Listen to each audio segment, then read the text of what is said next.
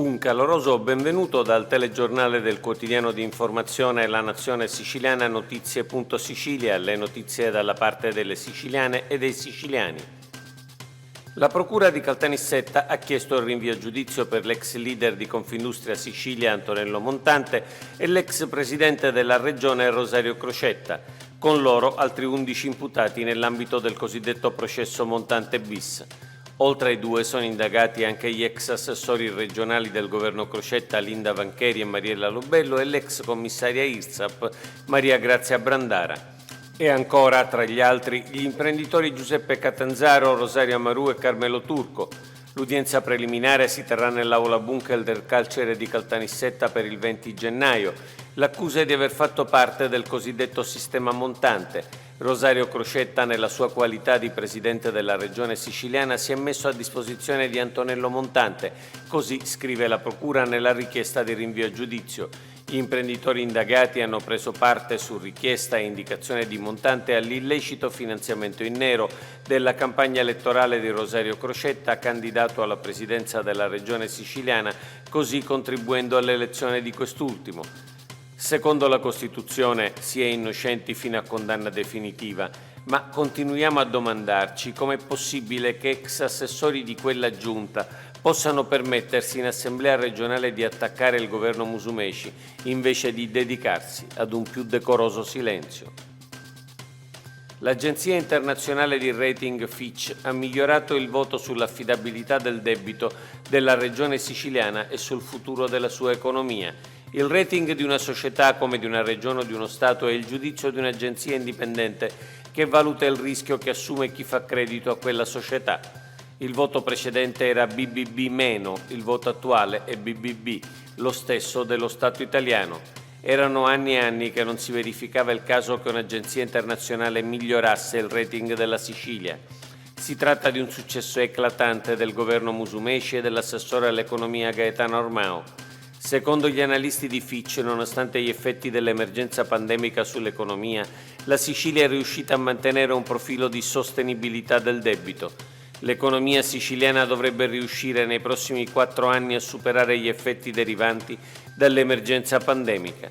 Sono frasi molto importanti che testimoniano un nuovo livello di fiducia internazionale nell'economia siciliana. Secondo le previsioni, il prodotto interno lordo dell'isola aumenterà nettamente nei prossimi anni. Una proiezione positiva malgrado il persistere della pandemia, che si fonda sulle politiche di rilancio dell'economia siciliana attivate dal governo regionale e da quello centrale. Le stime di Fitch confermano la solidità delle misure di politica economica messe in atto dal governo Musumeci, ha dichiarato il vicepresidente e assessore all'economia della regione siciliana Gaetano Armao. Noi ci organizziamo, ha detto ieri l'assessore alla salute Ruggero Razza, per rafforzare, anzi raddoppiare tutti i servizi territoriali, ma i cittadini devono darci una mano accelerando con la terza dose e soprattutto con le nuove vaccinazioni, perché ancora non ne ha fatto neppure una. Ci troviamo ad avere una crescita importante dei contagi, ha aggiunto l'assessore, come in ogni parte d'Italia. Razza ha ipotizzato l'adozione di nuovi provvedimenti restrittivi in Sicilia. Si riunirà infatti oggi il Comitato Tecnico Scientifico della Regione per aggiornare i criteri sulla colorazione delle singole realtà comunali e quindi una rivalutazione del rischio. Valuteremo, ha aggiunto l'assessore, se proporre al Presidente della Regione l'adozione di ulteriori misure di contenimento dal virus. Ma la cosa più importante, ha concluso Razza, è il rispetto quasi maniacale delle regole. Si può fare molto, si può continuare a vivere in maniera ordinata, ma bisogna farlo con la dovuta attenzione, altrimenti si mandano a rischio le attività economiche. La Regione indice i primi concorsi dopo 30 anni. Sono complessivamente oltre 1.200 le unità di personale per le quali l'amministrazione regionale si appresta a bandire i concorsi.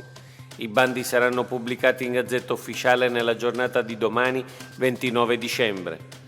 Dopo 30 anni, finalmente, ha sottolineato il presidente Musumeci, la Regione torna a bandire nuovi concorsi per assumere laureati e diplomati.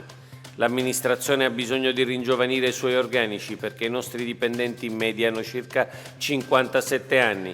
Ci servono giovani carichi di adrenalina, vogliosi di scommettere su se stessi e di competere. Vogliamo che la Regione, ha concluso Musumeci, abbia il capitale umano essenziale per avviare e completare il processo di rinascita e di sviluppo di questa terra dopo tanti anni di rassegnazione.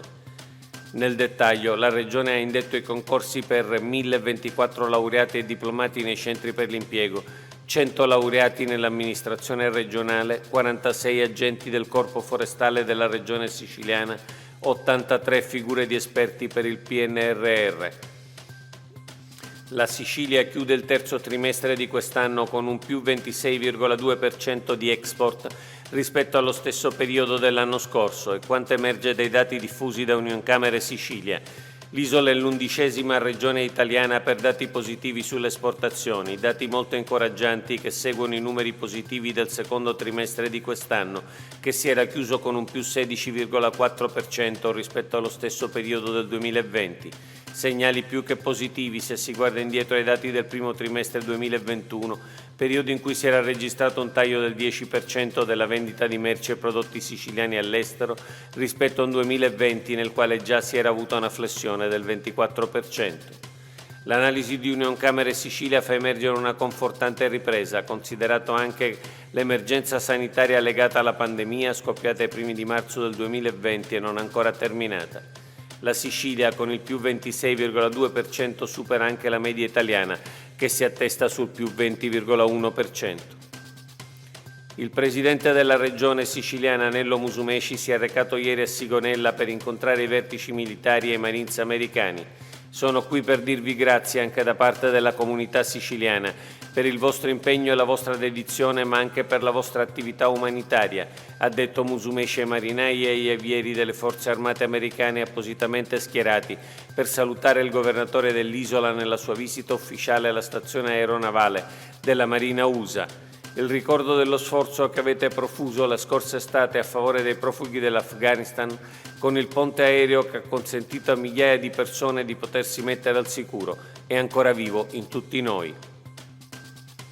Il governo Musumeci ha dichiarato lo stato di crisi e di emergenza regionale e richiesto lo stato di emergenza nazionale per Ravanusa, la città dell'Agrigentino, dove l'11 dicembre una fuga di gas ha provocato una violenta esplosione che ha causato 9 vittime e distrutto diversi edifici. Sono attualmente sfollati 61 nuclei familiari per complessive 120 persone. Il numero dei fabbricati danneggiati dall'esplosione inoltre è notevolmente superiore alle famiglie sfollate.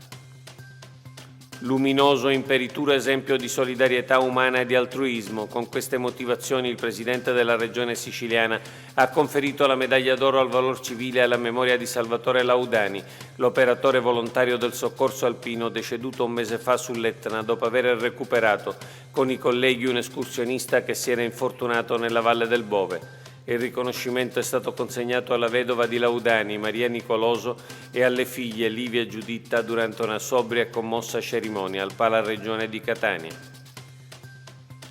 Via libera anche in Sicilia alla dose booster per chi ha compiuto i 16 anni e ha completato il ciclo primario di vaccinazione anti-Covid da almeno 5 mesi. La somministrazione può avvenire recandosi direttamente al centro vaccinale più vicino o tramite prenotazione. Potranno ricevere la dose booster anche i soggetti fragili fra i 12 e i 15 anni. Oggi è tutto. Per l'informazione della Nazione Siciliana a notizie.sicilia e appuntamento alla prossima edizione. Per approfondire le notizie andate direttamente sul nostro sito www.lanazionesiciliana.eu.